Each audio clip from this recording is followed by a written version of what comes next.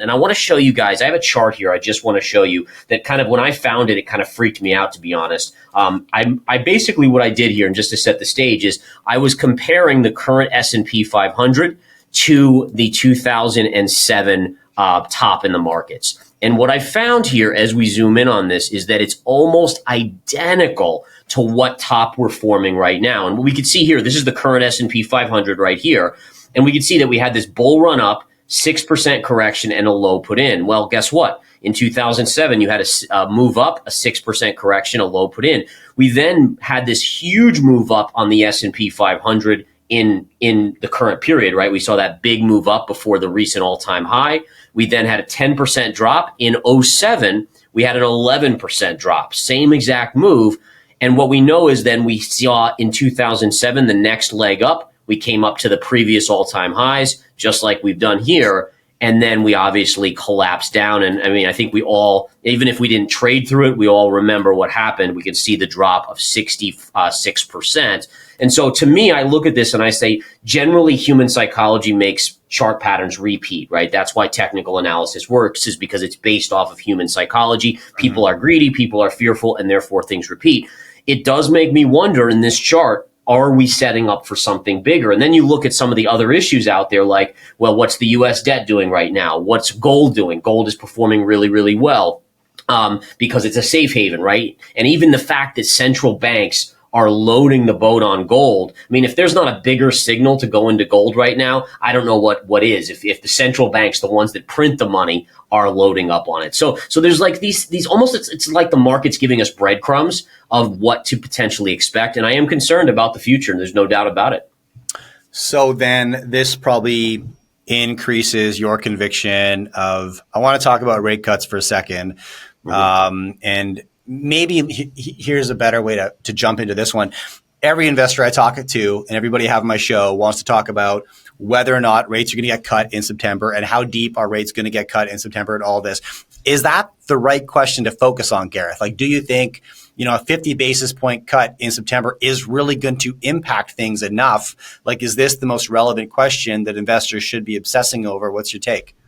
So I think that in general, rate cuts, we know they take basically 12 months to even integrate into the economy. So what you're seeing recently with the markets rejoicing over the prospect of rate cuts, it's the idea of them occurring versus the actual impact. And I don't think, honestly, 50 basis points is going to make that much of a difference. I mean, the Fed has raised it from almost 0 to 5.5%.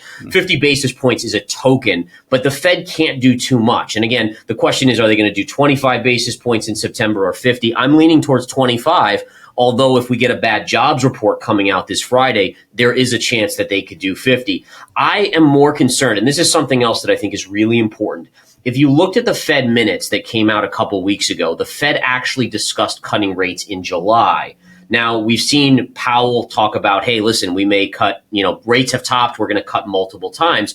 I start reading between the lines and I say, wow, the Fed was actually interested in cutting in July, but I thought we were on pace for a softer no landing scenario. Why are they so eager to cut? And what I arrive at is that it's likely they're seeing data that is really starting to scare them a little bit. And I think if we get a 50 basis point cut in September, you have to start asking, what are they not communicating to the market about the economy that we could be on the precipice of?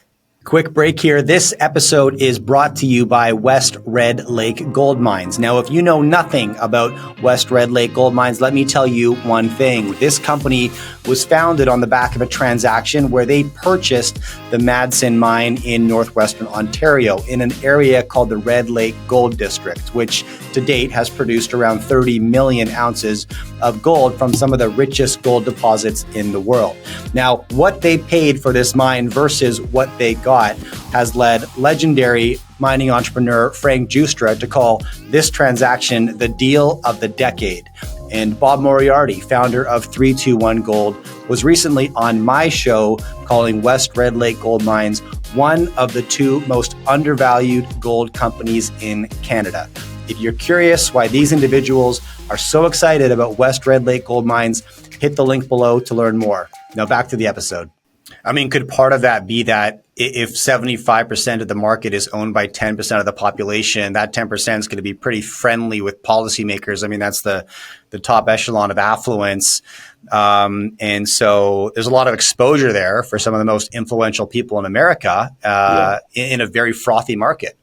Yeah, and that's such an interesting thing too, because I always deal with this of like, you have so much of the wealth tied up. There's this divergence between the rich and poor, even more so, right? I mean, every year, and I think the Fed realizes that them being so lenient on the stock market has really helped the rich get richer, and really the poor that don't have investments have gotten crushed because of inflation, right? And this is going to Dollar General. I don't know if your viewers are aware, but Dollar General recently reported earnings. They basically are known for being the lowest end of the consumer, right? The dollar, you can buy something for $1 in the store, but they basically said people can't even afford to go to Dollar General because they cater to this lower income, and with inflation, it's really hurt so badly. So there's this fine line that the Fed has to walk between wanting to keep the stock market up, keep the wealthy happy, while also saying, hey, listen, at some point, you're going to literally have a serfdom, right? You're going to have people that are so poor that they're basically, begging for food versus what's going on out there. So